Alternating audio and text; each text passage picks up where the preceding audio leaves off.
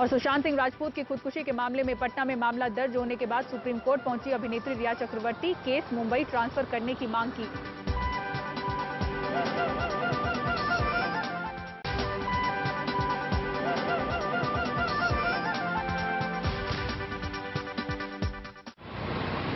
नमस्कार, आप देख रहे हैं सिटी सेंटर शो। मुंबई से मैं हूं पूजा भारद्वाज। शो की शुरुआत कर रहे हैं लड़ाकू विमान रफाल की खबर से। आज अंबाला की धरती पर करीब 3 बजे के आसपास 5 लड़ाकू विमान रफाल उतरे।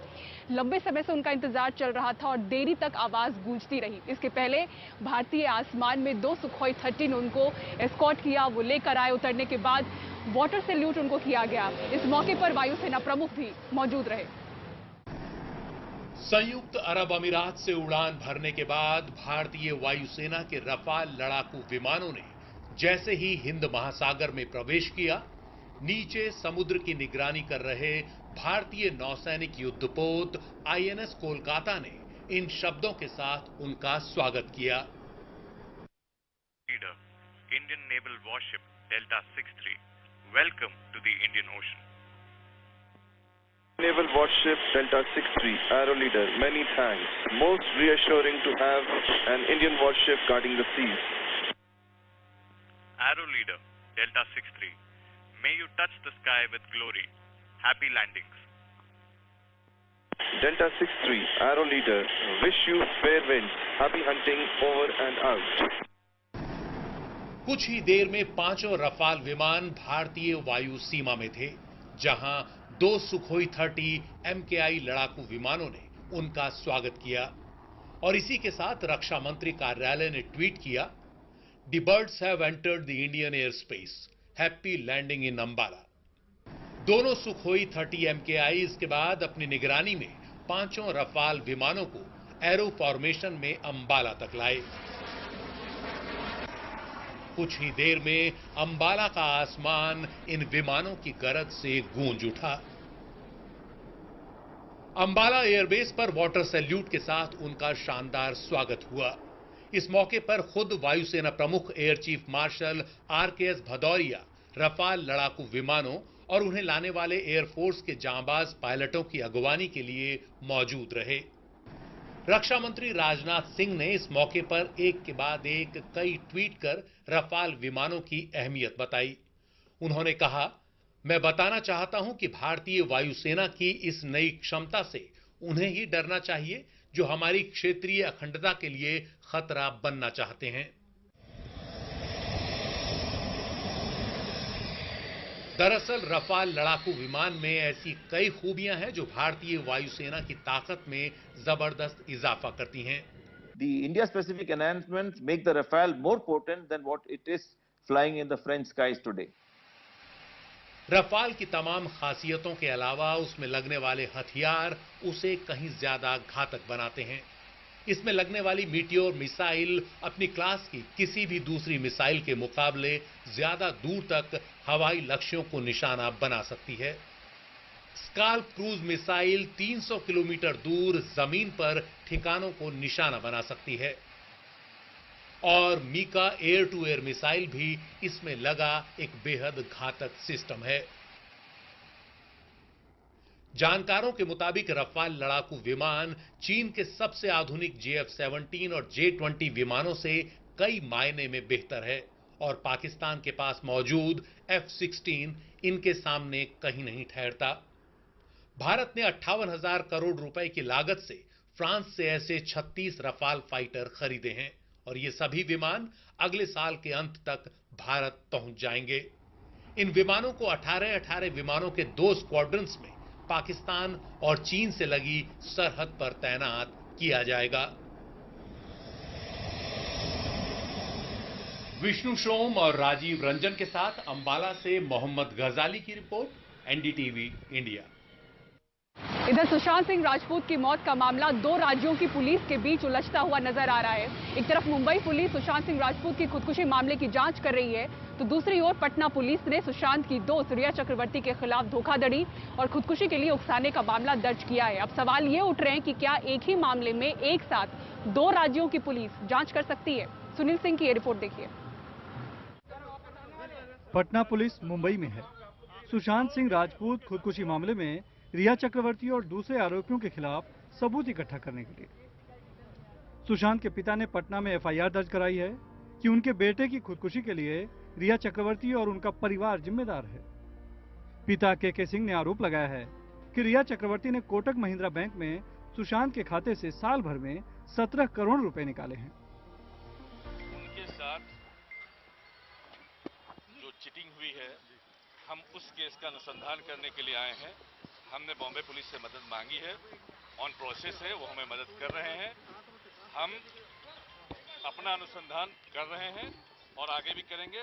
अनुसंधान का बहुत सारी बात हम नहीं बता पा रहे हैं, जितनी बातें आप समझ रहे हैं अनुसंधान में होनी चाहिए, मेरे ख्याल से वो सब होनी चाहिए, तो वो हम लोग करेंगे। दोपहर तक क्राइम ब्रांच में डीसीपी का इंतजार करने के बाद पटना पुलिस वर्सोवा की एक इमारत में गई और फिर थोड़ी देर में बाहर भी आ गई। इस बीच पता चला है कि सुशांत और रिया चक्रवर्ती ने सितंबर 2019 में एक कंपनी शुरू की थी और उसमें रिया के भाई शोइक चक्रवर्ती को भी डायरेक्टर बनाया गया था। सवाल है, सुशांत के पिता का इशारा कहीं इस तरफ तो नहीं? इधर मुंबई पुलिस मामले में अब तक 40 के करीब लोगों का बयान दर्ज कर चुकी है, जिसमें सुशांत की गर्लफ्रेंड रिया चक्रवर्ती और सुशांत का चार्टर्ड अकाउंटेंट भी शामिल है। मुंबई पुलिस सूत्रों की माने तो उनकी जांच का एक उद्देश्य सुशांत की माली हालत को जानना था। अकाउंट से साफ है कि सुशांत की खुदकुशी की वजह पैसों की तंगी नहीं है, लेकिन क्या पैसों के लेन देन में कोई गड़बड़ी है? मुंबई पुलिस के पास अभी इसका कोई जवाब नहीं है। इस बीच अभिनेत्री रिया चक्रवर्ती के वकील सतीश माने शिंदे ने सुप्रीम कोर्ट में अर्जी देकर पटना में दर्ज मामले को मुंबई ट्रांसफर करने की मांग की है। दलील है कि मुंबई पुलिस पहले से ही सुशांत सिंह राजपूत खुदकुशी मामले की जांच कर रही है और कई गवाहों के बयान भी दर्ज हो रहे हैं। ऐसे में दूसरा मामला नहीं चल सकता। मुंबई से कैमरामैन राजेंद्र दयालकर से सुनील सिंह, एनडीटीवी इंडिया के लिए। इधर केंद्र सरकार ने नई शिक्षा नीति का ऐलान कर दिया है। अब 5वीं कक्षा तक क्षेत्रीय भाषा या फिर मातृभाषा में पढ़ाई होगी। 4 साल की ऑनर्स की पढ़ाई में हर साल कोई ना कोई सर्टिफिकेट, डिग्री या फिर डिप्लोमा मिल जाएगा। वहीं बाद में भी पढ़ाई पूरी करने का विकल्प होगा। नई शिक्षा नीति के मुताबिक पहले 3 साल की प्री स्कूलिंग होगी। 12वीं तक की पढ़ाई 5+3+3+4 की डिजाइन से बदल चुकी है। 5वीं तक की पढ़ाई मातृभाषा या स्थानीय भाषा में होगी। 8 भाषाओं में ई कोर्स तैयार किया जाएगा। 6ठी कक्षा से ही वोकेशनल एजुकेशन को भी जोड़ा जाएगा। 12वीं तक साइंस, आर्ट्स और कॉमर्स में लचीलापन होगा। अब 4 साल की ऑनर्स के बाद 1 साल की मास्टर डिग्री होगी। एमफिल नहीं होगी, सीधे पीएचडी की जा सकेगी। ग्रेजुएशन में हर साल बाहर आने का इंतजाम होगा। हर साल के लिए सर्टिफिकेट, डिप्लोमा या डिग्री होगी। लोग कभी भी बाद की पढ़ाई पूरी कर सकेंगे। छात्रों के लिए नेशनल असेसमेंट सेंटर परख बनाया गया है और लॉ एंड मेडिकल कॉलेज छोड़कर सभी उच्च शिक्षा संस्थानों के लिए एक रेगुलेटर होगा। आज की व्यवस्था में यदि 4 साल इंजीनियरिंग पढ़ने के बाद या 6 सेमेस्टर पढ़ने के बाद किसी कारणवश मैं आगे नहीं पढ़ सकता हूं, तो मेरे पास कोई उपाय नहीं है, मैं आउट ऑफ द सिस्टम हो जाता हूं। Multiple entry and exit system में ये रहेगा कि 1 साल के बाद सर्टिफिकेट, 2 साल के बाद डिप्लोमा, 3 या 4 साल के बाद डिग्री। जो लोग 4 साल का डिग्री प्रोग्राम करेंगे, जो आगे रिसर्च में जाना चाहते हैं उनके लिए अलग व्यवस्था, 4 साल डिग्री प्रोग्राम। जो नौकरी में जाना चाहते हैं, जैसे हम लोग यहाँ पर हैं, तो हम लोग 3 साल के डिग्री प्रोग्राम यथावत पूर्व की भांति रहेंगे, लेकिन 4 year degree program with 1 year MA and direct no MPhil, they can go to PhD। जो ई कोर्सेज रहेंगे वो कम से कम 8 भाषाओं में, ये मंत्री जी ने बीच में ही निर्णय लिया है कि देश की जो प्रमुख 8 भाषाएं हैं, तमिल, तेलुगु, कन्नड़, मलयालम, इधर गुजराती, मराठी और ओडिया, बंगाली, तो इनमें हम ई कोर्सेज डेवलप करेंगे। केवल इंग्लिश हिंदी में नहीं बल्कि रीजनल लैंग्वेजेस में भी ई कोर्स रहेंगे। और 1 अगस्त से अनलॉक 3 की शुरुआत होने जा रही है। इसको लेकर केंद्र सरकार ने नई गाइडलाइन जारी कर दी है। 31 अगस्त तक स्कूल कॉलेज बंद रखने का फैसला लिया गया है। Metro, cinema hall, swimming pool अभी भी नहीं खुलेंगे। 5 अगस्त से जिम और योग संस्थान खुल जाएंगे। 15 अगस्त को स्वतंत्रता दिवस मनाया जाएगा, लेकिन सोशल डिस्टेंसिंग के साथ। और अनलॉक 3 में रात का कर्फ्यू खत्म हो जाएगा। दिल्ली के डिफेंस कॉलोनी में एक ऑटो चालक के साथ लूटपाट कर भाग रहे बदमाश को जब पुलिस ने काबू करने की कोशिश की तो उसने पिस्तौल तान दी। फिर भी एक सब इंस्पेक्टर ने बहादुरी के साथ उसे पकड़ा। किस तरह से रहा ये लाइव ऑपरेशन, देखिए। बदमाश ने पिस्टल तान रखी है। 5 पुलिस वाले उसे चेतावनी दे रहे हैं, फिर भी लुटेरा नहीं मानता। तब पुलिस वाले उसे बातों में उलझाने की कोशिश करते हैं, लेकिन लुटेरा कहता है कि अगर नजदीक आए तो खुद को गोली मार लूंगा। पुलिसकर्मी उसे बातों में उलझाए रखते हैं। इसी बीच सब इंस्पेक्टर किशन पाल जान की परवाह न करते हुए साइड से जाकर पिस्टल लिए लुटेरे पर झपटकर उसे काबू कर लेते हैं। ये लाइव तस्वीरें दिल्ली के पौष इलाके डिफेंस कॉलोनी की 26 जुलाई की हैं। मैं जो है पीछे से देखा कि ये ऐसा गोली तार रहा था, ऐसा कवर नहीं होगा, और पीछे साइड से आकर के और जब देखा पता नहीं किसी को गोली मारा, मतलब मेरा मार देगा गोली कोई बात नहीं, इनकी जान तो बच जाएगी, और पीछे से गोली भर ली। अच्छा। और फिर इन्होंने जो है आपने वीडियो देखा कि सारे सबने घेर लिया उसको, और वो सामने से आ रहा था, हम भी सामने से खड़े थे, तो उसने हमारे ऊपर पिस्टल तान दी, बोला हट जाओ मुझे जाने दो, बोला मैं तुम्हें गोली मार दूंगा। तो ऐसे कहते मैंने कहा कुछ नहीं, बोला फिर मैं खुद को मार लूंगा, आप पीछे हट जाओ मुझे जाने दो। तो ऐसे कहते हुए हमारे ऊपर सब जो पुलिसकर्मी कांस्टेबल गिरिराज, इन पर सब पे पिस्टल तान ली। तो साहब ने उचित मौके का फायदा उठाकर तो उसे पीछे से कवर करके, तो मैंने तुरंत एकदम से पिस्टल उसकी छीन के वो खाली कर दी। पकड़े गए आरोपी का नाम दमन अरोड़ा है, जो पढ़ा लिखा, अच्छे परिवार से और पेशे से मेडिकल रिप्रेजेंटेटिव है।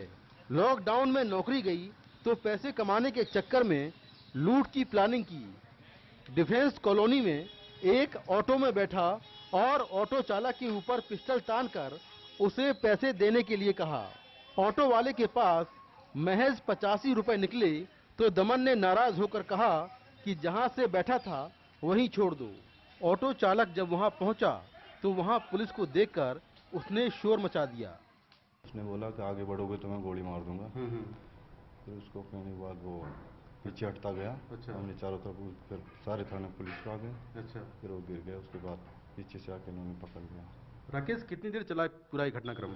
ये सर लगभग कम से कम 15 मिनट चला। अच्छा। जब उसको काबू पाया गया, मेरे ऊपर करेगा मैं खुद को गोली मार लूंगा जी। अच्छा। हम पीछा करते रहे इसका, अब फोन पर अफसरों को, अपने सीनियर अफसरों को बताते रहे। फिर हम 4-5 जब इकट्ठे हो गए, चारों तरफ से घेरा, फिर उसको काबू कर पाया। पुलिस की बहादुरी से आखिरकार दमन पकड़ा गया और अपने सही ठिकाने पर पहुंच गया। बहादुर पुलिस कर्मियों में कांस्टेबल मनीष और गिरिराज एक दूसरे केस में बदमाशों से घिरे सेल के डायरेक्टर की जान बचा चुके हैं। नई दिल्ली से मुकेश सिंह, एनडीटीवी इंडिया। कर्नाटक की चर्चित आईपीएस अधिकारी डी रूपा ने निजी अस्पतालों पर नकेल कसी है। उनके फैसले से 24 मरीजों और उनके परिजनों को अस्पतालों ने करीब 5-5 लाख रुपए वापस किए हैं। निहाल किदवई की रिपोर्ट देखिए। कर्नाटक की आईजीपी डी रूपा हमेशा चर्चा में रहती है, कभी विवादों की वजह से तो कभी रूपा जो कदम उठाती है वो इसकी वजह बनती है। इस बार डी रूपा ने उन 24 मरीजों में से हर एक को तकरीबन 5-5 लाख रुपए वापस दिलवाए, जिनसे निजी अस्पतालों ने भारी रकम ट्रीटमेंट के नाम पर जमा करवाई थी। Would like to thank government of Karnataka. हमने जो भी एडवांस दिया था वो सब हमें दे दिया गया है। ये सब मैडम की कोशिश की वजह से हुआ है। सरकार की इस पहल से हम काफी खुश हैं। Have been reimbursed to her account. D Roopa ने निजी अस्पतालों को सरकार का आदेश दिखाया और जितने मरीज निजी अस्पतालों में दूसरी बीमारियों की वजह से भर्ती करवाए गए थे लेकिन बाद में उन्हें कोरोना से संक्रमित पाया गया, उन सबको सरकारी मरीजों की कैटेगरी में डलवा दिया, जिसका प्रावधान है। नियम के मुताबिक निजी अस्पताल 10,000 रुपए रोजाना से ज्यादा नहीं ले सकते। वेंटिलेटर का मामला अलग है। सारे वो पेशेंट्स को NEFT द्वारा इलेक्ट्रॉनिक ट्रांसफर करके वापस वो एडवांस जो लिए थे हॉस्पिटल ने वो वापस दे दिया गया है, और जो डिस्चार्ज होने के टाइम में चार्ज करने वाले थे वो भी नहीं चार्ज कर रहे। तो पूरा 0 पेनी पे प्राइवेट पेशेंट्स का कोविड का व्हाटएवर इलाज हो रहा है। दरअसल कर्नाटक सरकार ने हर एक IAS और IPS अधिकारी को 4 से 6 निजी अस्पतालों का नोडल ऑफिसर नियुक्त किया है ताकि आम लोगों की परेशानी कम की जा सके। डी रूपा ने जो पहल की है, उम्मीद की जाती है कि कुछ इसी तरह दूसरे अधिकारी भी सामने आएंगे और लोगों की मदद करेंगे। बेंगलुरु से कैमरामैन गोविंद मूर्ति के साथ निहाल किदवई, एनडीटीवी इंडिया। मुंबई शहर की करीब 40% आबादी में कोरोना वायरस के खिलाफ लड़ने की शक्ति है तैयार, लेकिन ये शक्ति ज्यादा दिन नहीं टिकने वाली। पूरी खबर एक ब्रेक के बाद देखते रहिए सिटी सेंटर शो।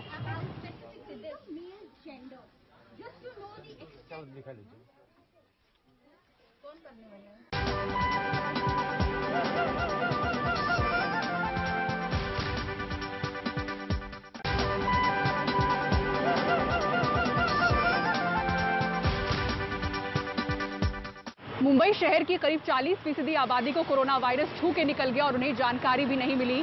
बीएमसी के सीरो सर्वे से ये पता चला है, यानी कि 40% आबादी में कोरोना वायरस से लड़ने की शक्ति, एंटीबॉडी तैयार हो चुकी है, लेकिन सावधानी बरतने की जरूरत है। ऐसा कहना है महाराष्ट्र मेडिकल एसोसिएशन का, जो मान रही है कि 3 महीने के बाद से ये एंटीबॉडी कमजोर होना शुरू हो जाती है, यानी कि एक बार फिर से संक्रमण का खतरा है।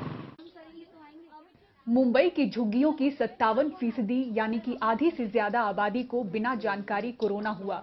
अब ठीक हैं और इनके शरीर के अंदर कोरोना से लड़ने की शक्ति यानी कि एंटीबॉडी तैयार हो चुकी है।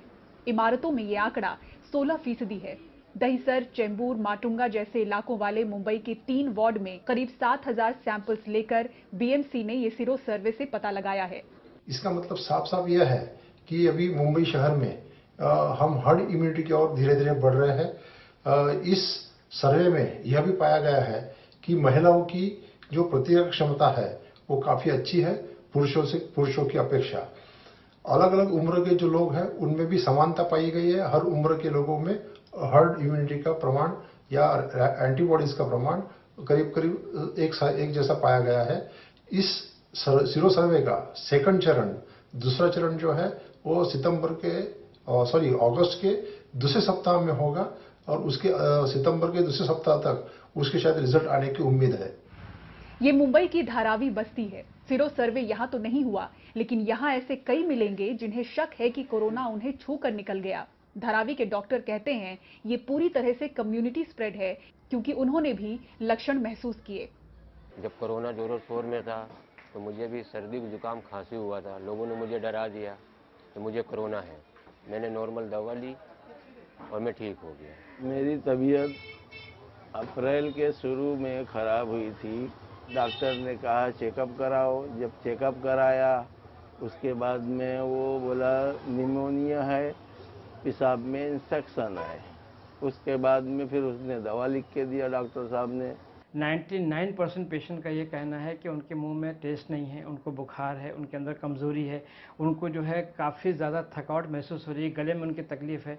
ये सारे लक्षण जो है मेरे पास जो है 25 अप्रैल से स्टार्ट हुए हैं। 25 अप्रैल से पहले ही थे, मगर हम लोगों ने इतना ज़्यादा ध्यान नहीं दिया। उसके बाद में लगातार हम जितने भी जगहों को देखे हैं, 1 से 10 को हुआ, 10 से 100 को हुआ, 100 से 1000 को हुआ, कम्युनिटी स्प्रेड हुआ है। अब ये अथॉरिटीज़ की अपनी एक कमजोरी या उनकी ये कह लो कि वो छुपाना चाहते हैं, मगर ये कम्युनिटी स्प्रेड हुआ है।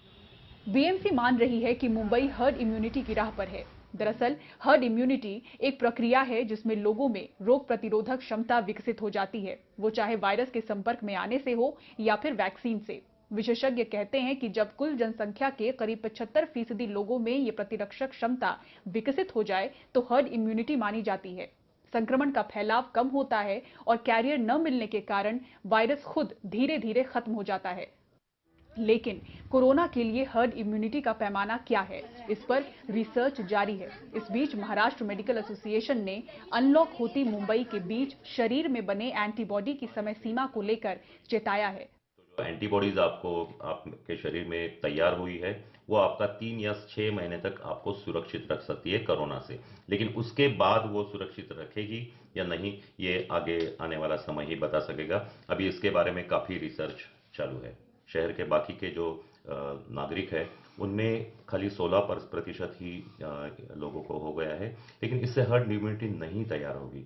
इसलिए बात यह है कि बम्बई में अगर अनलॉक बहुत क्लियर तरीके से किया जाए, अगर रेलवे या लोकल शुरू कर दी जाए तो हो सकता है कि इसका फैलाव बढ़ेगा और दूसरी लहर ये कोविड एपिडेमिक की, पैंडेमिक की आ सकती है। विदेशों में हुई मौतों को देखें तो मुंबई का सीरो सर्वे राहत पहुंचाता है कि हमारी जनसंख्या का बड़ा तबका शारीरिक रूप से मजबूत है, लेकिन कोरोना की दूसरी लहर का अंदेशा, एंटीबॉडी की अपनी क्षमता और कमजोर लोगों की खातिर सावधानी सख्त जरूरी है। मुंबई से पूजा भारद्वाज की रिपोर्ट, एनडीटीवी इंडिया के लिए। सिटी सेंटर शो में फिलहाल मुझे दीजिए इजाजत, लेकिन खबरों के लिए बने रहें एनडीटीवी इंडिया के साथ। नमस्कार।